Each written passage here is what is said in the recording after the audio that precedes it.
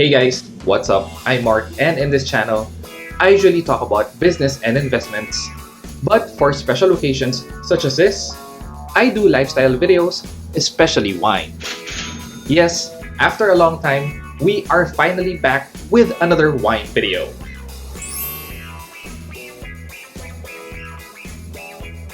But before anything, please note that I am not a wine professional, I am not a sommelier, nor do I have any credentials in really learning about wine in an academic setting. I am simply a wine enthusiast who has drunken hundreds of bottles of wine over the last few years. I'm truly glad to be talking about wine again, and I know a lot of you get especially curious about wine when it comes to the holiday season. So happy holidays, guys! I know this is a time that a lot of you get really curious about wine. There is no wine that is celebrated in the holidays like champagne. But if you are like me, you are practical and you are looking for good value, buying champagne simply isn't in my price range. So what I have here today would be champagne alternatives or simply sparkling wine. In my videos last year, I shared about Cava, Prosecco, and Cremant. So these are champagne alternatives. Again, you can only call it champagne if it's coming from the Champagne region of France. They have standards and specifications that they have to adhere to. Thus, champagne gets quite expensive. But the good news is there are many more sparkling wines all over the world and at really a fraction of the price. So what we have here today would be sparkling wines that are just under 400 pesos. I've been doing a little shopping and I'm glad to see that in supermarkets all over, there seems to be more sparkling wine that's more affordable now. And I don't know if I or this channel have anything to do with it. I mean, I only have a small subscriber base, so if you haven't subscribed already, please do so right now. Alright, so without further ado, let me introduce to you the first wine here on this list. And this is actually the most expensive one. So this is a Spanish wine from the region of La Mancha. This bottle is branded as Proveto from the Felix Solis winery. So Felix Solis is actually one of the most available Spanish wines here in the Philippines. It's actually listed as a Spumante Bianco. So Spumanti is a type of sparkling wine.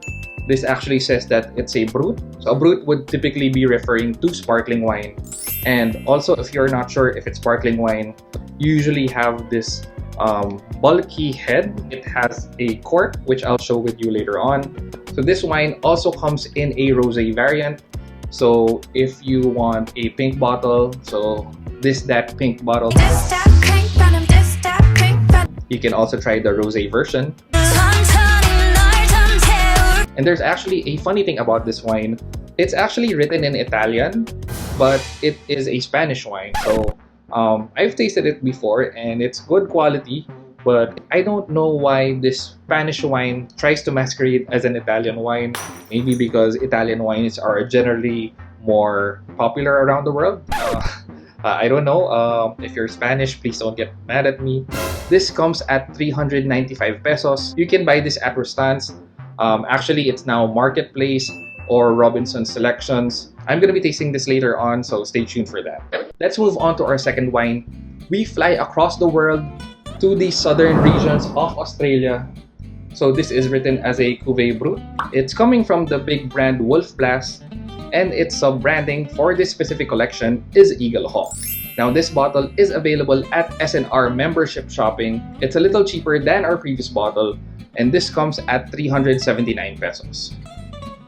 Alright, so lastly, we are staying in Australia and still staying around Southeastern Australia. We have here another sparkling cuvee. This wine is our cheapest bottle. So this is coming from Rothbury Estate. If you remember, I also recommended a value wine from Rothbury Estate. And as shared previously, this is how typically a sparkling wine bottle would look like. So this is actually the first one that I've seen that doesn't have the foil that's enclosing it. So this one is a bit more minimalist, a little bare bones. So this one is actually quite new. I didn't start seeing this in the supermarket from SNR until about 2 or 3 weeks ago. So this has been a really good find. So this actually comes at just 299 pesos. At under 300 pesos, you really can't go wrong. Okay, so let's get to the most awaited part. Let's pop this bottle open. Look for this tab that you can usually pull on so that you have a clean tear of the foil. Not all bottles are gonna have this type of pulling tab, but when it's there, it's much more easy to open. Okay, so it looks exactly pretty much as the one that I shared from Australia. So again, that one just sells without the foil. How we open our sparkling wine would be putting your thumb on top of the cork and you twist the wiring probably around 6 times until it's untangled. So at this stage, it's always good to point the wine bottle not towards your face, ideally not towards anyone else too. So try to point it at an open angle and an open space. When you have loosened up the wires, make sure that you are still guarding the cork because it can pop quite violently. I haven't opened one of these in the way that they try to make it very silent, but I try to minimize the pop. I try to twist it open. Ooh, I actually did it that time. Smells a lot of lemon.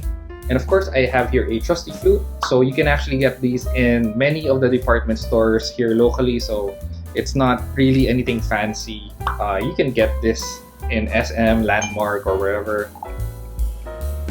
So the thing with sparkling wine is that it works well with flutes because a wine flute would actually help you keep the bubbles.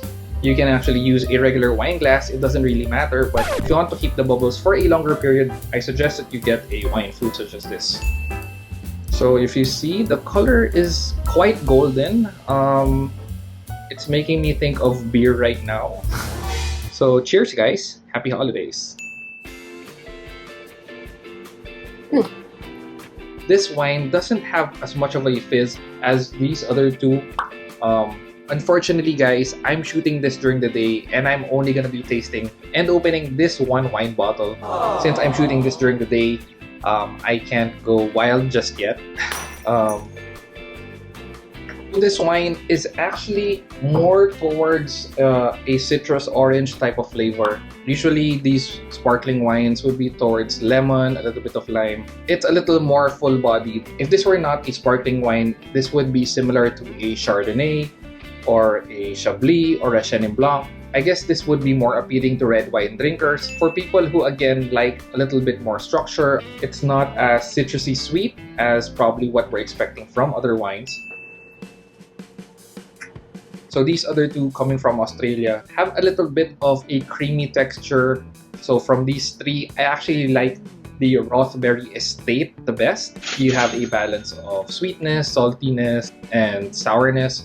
Maybe I'll share another video of that in the future, but for now I guess you'll just have to take my word. So again, I'm so happy that our local supermarkets have more sparkling wine right now.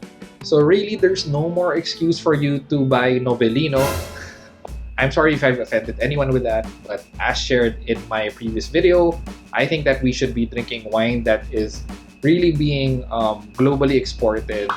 Novellino, in as much as it's coming from Italy, and that's a fair import.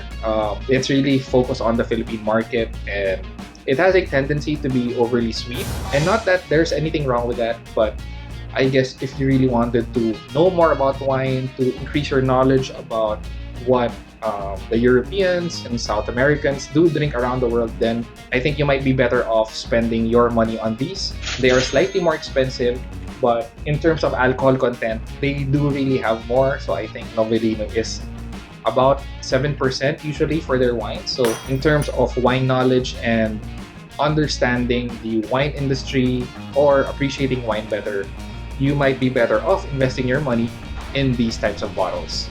Again, I'm not here to offend anyone, and I'm sorry if I did. I'm only sharing my own personal preference and my own opinions. I really hope to do more wine videos, but I know people only get curious about wine towards the end of the year, and wine, even sparkling wine, really deserves to be drunk all throughout the year. Have you tried these sparkling wines before? I've also recommended some cheap champagne alternatives in previous videos. If you've liked this video, please don't forget to like, comment, and consider subscribing if you haven't already. Thanks again for watching guys, and cheers! Happy holidays!